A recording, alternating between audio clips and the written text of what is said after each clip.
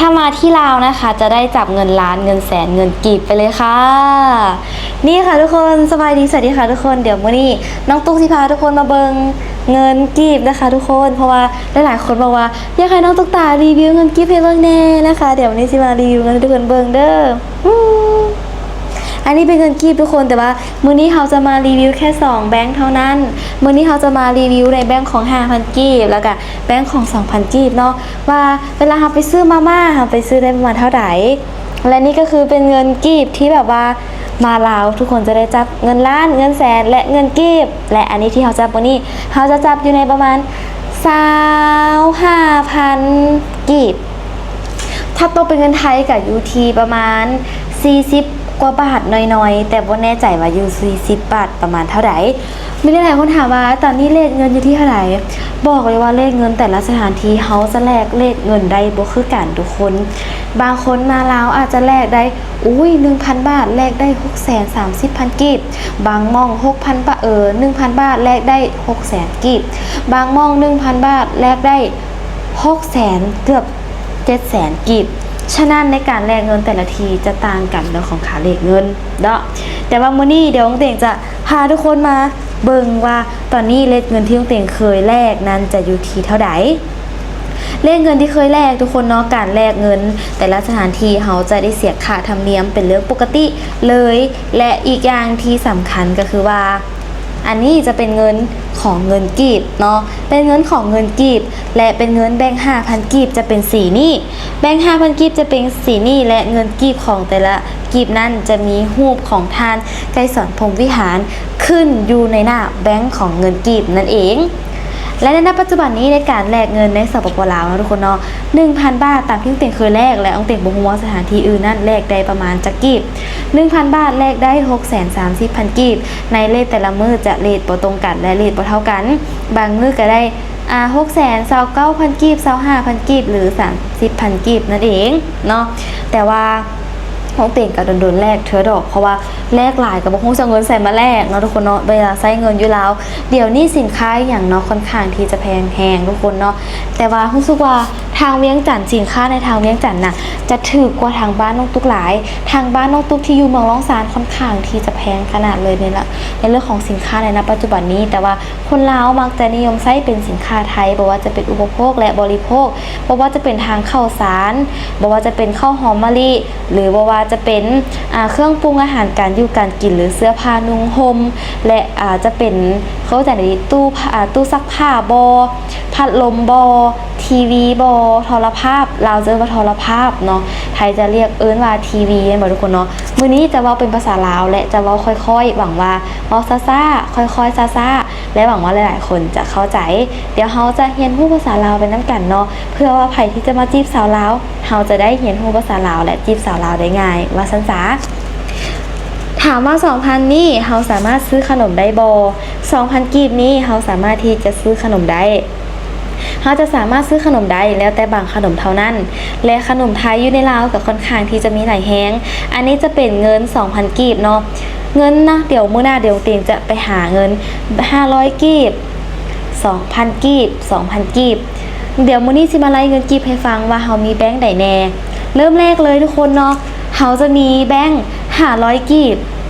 500 กีบนี่แมนจะเป็นแบงค์ที่น้อยที่สุดในบรรดาของเงินกีบแล้วแต่ในลาวเฮาจะบ่มีเหรียญในการใช้เหรียญเลยแต่ว่าสมัยก่อนมันอาจจะมีเหรียญแหละแต่ว่าองเต่งบ่ฮู้องเต่งเกิดในยุคสมัยนี้เนาะก็คือบ่เห็นเหรียญแล้วเห็นแต่สมัยเงินณปัจจุบันแต่ว่าเพิ่นก็จะมีการ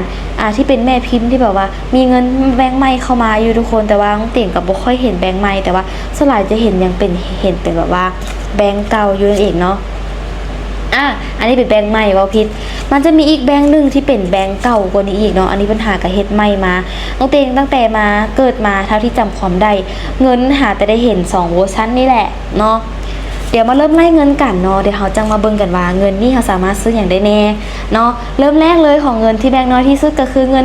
500 กีบ500 กีบจะเป็นแบงค์สีเทาๆแดงๆและจะมีรูปของที่เป็นตัวควยคนกำลังไถนาแล้วก็มีรูปที่เป็นผู้สาวขึ้นมานํแม่นบ่แม่นละแ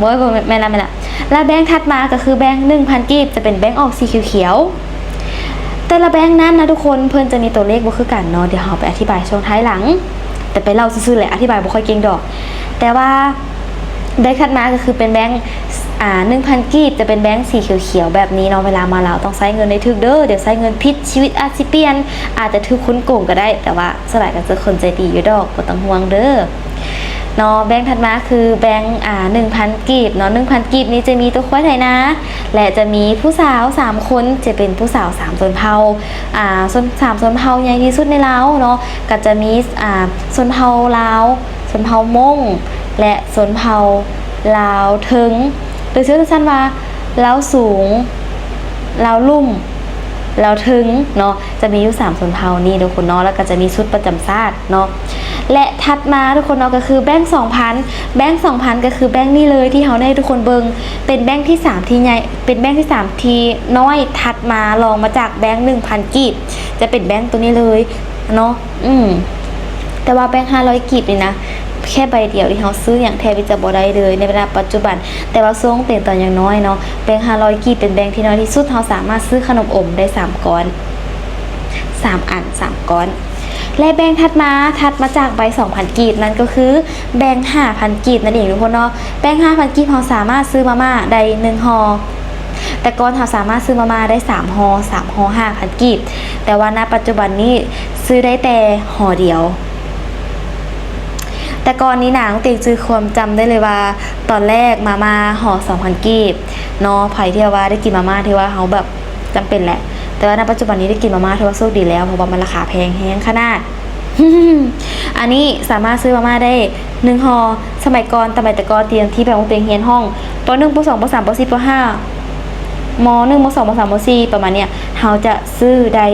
มาม่า3ห่อพุ่นเด้แต่ว่าณปัจจุบันนี้ซื้อได้แต่ห่อเดียวเท่านั้นถัดมาก็คือใบ10,000แต่ของเต็มผมมีตัวอย่างให้ทุกคนเบิ่งจะเป็นใบสีออกฟ้าน้ำเงินอันนั้นเอิ้นว่าใบ10,000เขาสามารถซื้อมาได้2ห่อไล่ตามมาเลยเนาะง่ายดีและถัดมาทุกคนเนาะถัดมาก็คือไป20,000 กีบ20,000 กีบสามารถซื้อมาได้4ห่อ20,000 กีบสามารถซื้อมาได้4ห่อและทุกคนลองเอาไปเดาเบิ่งดูว่ามันจะแบบเทียบได้ประมาณเท่าไหร่ลูกติงจะเดาจากราคาของมาม่าดีกว่ามันจะเข้าใจง่ายก่อนเนาะและถัดมาก็คือใบ50,000 กีบใบ50,000 กีบนี้เขาจะสามารถซื้อมาม่าได้ประมาณเดียว1 2 4 6 8ห่อแม่นบ่2 4 6 8 10ห่อไป50,000เขาจะสามารถซื้อมาม่าได้ได้10ห่อ10ห่อนี้เขาจะได้10ห่อนี้50,000 กีบและแบงค์ที่ใหญ่ที่สุดของเงินกีบก็คือแบงค์ 100,000 กีบเขาจะสามารถซื้อมาม่าได้ประมาณสามารถซื้อมาม่าได้ประมาณจากห่อเนาะประมาณ20ห่อนั่นบอถึกบอทุกคนลองไล่เบิ้งนั่นแหละไล่ละลึกละเนาะประมาณนี้ทุกคนเนาะ100,000 กีบนี่บางเทื่อก็ยังซื้อซีนหมู1 กิโลยังบ่ได้ซ้ำแม่นแหละเดี๋ยวนี้ราคาของอย่างก็แพงแพงอันนี้เป็นเงินกีบที่น้องเต่งมีอยู่ในตอนนี้เนาะเป็นเงินกีบแบงค์น้อย25,000 กีบเขาสามารถซื้ออย่างใดแน่25,000 กีบนี้น้องเต่งสามารถที่จะเอาไปซื้อของอยู่ของกินได้อยู่คาบหนึ่งประมาณนี้คาบหนึ่งกับมื้อหนึ่งประมาณนี้ถ้าเป็นภาษาไทยกับมื้อหนึ่งเนาะอันนี้เป็นเงินกีบที่แบบว่าเขาจะนำไปซื้อสินค้าสิ่งของได้แต่อาจจะซื้อได้เล็กน้อยเนาะมีเงินบักหลายๆแต่ว่าอยู่ลาวนี่เป็นเงินแบงค์น้อยนะทุกคนเนาะแต่ว่าบ่มีเหรียญถามว่ามีเหรียญนี่อยู่ลาวถ้าสิถามว่าสามารถเอาไปซื้อในตามร้านค้าธรรมดาได้บ่เหรียญไทยนี่ซื้อในร้านค้าตามร้านค้าธรรมดาบ่ค่อยได้เพื่อจะรับแค่เฉพาะบางร้านซื้อๆเนาะและนี่ในตัวเลขของแต่ละเงินมันจะมีตัวเลขขึ้นอยู่นำน้องเตงเคยสังเกตอยู่คือกันว่าเป็นอย่างตัวเลขมันคือบ่คือกันมันจะมีตัวเลขที่อยู่ตามนี้เวลามาลาวทุกคนลองสังเกตเบิ่งเด้อเนาะและลองพิจารณาในการใช้เงินกีบเบิ่งเพราะว่าเห็นเคสบางเคสที่แบบว่าแบบเป็นคนลาวแล้วแบบเป็นคนไทยแล้วแบบว่ามาเที่ยวลาวแล้วมาหลงกับคำว่าใบ 2,000 กีบกับ 100,000 กีบเพิ่นลงและสับสนเวลาเพิ่นจ่ายเงิน พิ่นแม่ค้ากับบริเบิงอีหยังเนาะซื้อสินค้าประมาณ 2,000 กีบเพิ่นว่าบ่แม่นซื้อสินค้าประมาณประมาณ 6,000 กีบแล้วเพิ่น 6,000 กีบเนาะ6,000 กีบมันจะมีอยู่ประมาณ3ใบเพราะว่าใบละ 2,000 กีบ2 4 6แม่นบ่ 6,000 กีบเพิ่นแล้วมันมีใบหนึ่งเป็นใบ100,000 กีบเป็นใบที่สูงที่สุดของเรามันจะมีส่วนคล้ายๆคือกับใบ 2,000 เพิ่นเลยเอาปะป่นใส่กับสมมุติว่าอันนี้เป็น 100,000 เพิ่นเลยเอาปะป่นไปใส่กับนี่เพิ่นบอกว่าเพิ่นไปเที่ยวสถานที่แห่งหนึ่งเพิ่นเลยแบบว่าแบบสถานที่เที่ยวนั้นเพิ่นขี่เรือมาขายขนมขี่เรือขายขนมเพิ่นก็อุดหนุนแม่ค้าว่าซั่นซะแล้วแม่ค้าก็บ่ฮู้เลยว่าเป็นใบ100,000แม่ค้าก็เอายัดใส่ถุงเลยแม่ค้าบ่ได้คิดอีหยังดอกเพิ่นว่าแล้วนี่เพิ่นละบ่ฮู้ว่าใบเนี่ยเป็นใบ100,000เพิ่นก็บ่ฮู้เพิ่นก็เลยแบบว่าเอามาสิแล้วก็ให้แม่ค้าไปเลยแม่ค้าก็จับเงินแบบบ่เบิ่งหยังก็ยัดเข้าถุงเลยคิดว่าโอเคมี6ใบ3ใบนี่ 6,000 ยัดใส่ถุงแล้วก็ขอบใจขับเรือไปเสยแล้วพอเพิ่นมานึกขึ้นได้ว่าเอ้าหาเงิน100,000บ่เห็นอ้าวไปนะแม่ค้าจอยเรียบร้อยแล้วเพิ่นก็เลยบ่เป็นหยังถือว่าเฮาได้อุดหนุนแม่ค้าไปนำฉะนั้นเลยอยากสิบอกทุกคนว่าเนาะมันจะมีเงินบางสีที่คล้ายกันกับเงิน100,000 กีบฉะนั้นเวลาที่แบบจำแนกเงินต้องเบิ่งให้ดีๆทุกคนเนาะและเวลาตัวเลขของเงินในเรื่องของเนี่ยมันจะมี DJ DC DF อีกอย่างต่างๆและตัวเลขของเงินจะบ่ตรงกันจากเทื่อแม่นแหละบ่เคยตัวเลขใดที่จะตรงกันเลยเป็นยังไงทุกคนเวลาที่จะมาเที่ยวลาวยอมรับว่าสิได้จับเงินกีบเงินล้านเงินแสนแต่ว่ากีบเด้อทุกคนเด้อมันก็แล้วแต่เขาไปไหนก็มันก็แล้วแต่เลขของเงินแต่ละประเทศเนาะไทยรู้สึกว่าค่อนข้างที่จะเงินค่อนข้างที่จะแข็งค่าแห้งหลายอันนี้ก็เป็นเงินกีบ มาลาวเบิ่งให้ดีๆเวลาที่จะเที่ยวหรือเวลาที่จะใช้เงินและคลิปนี้เตียงก็ขอตัวลาไปก่อนขอบใจทุกคนหลายทีเข้ามาเบิ่งคลิปนี้เนาะแล้วก็หวังว่าจะเป็นความรู้ให้กับหลายๆคนเกี่ยวกับเงินกีบในสปป.ลาวและคลิปนี้ขอตัวลาไปก่อนขอบใจทุกคนหลายๆเด้อฝากทุกคนอย่ากดข้ามโฆษณาในคลิปนี้และเป็นกำลังใจให้น้องตุ๊กตาคลิปต่อไปแน่เดี๋ยวคลิปนี้ขอตัวลาไปก่อนสบายดี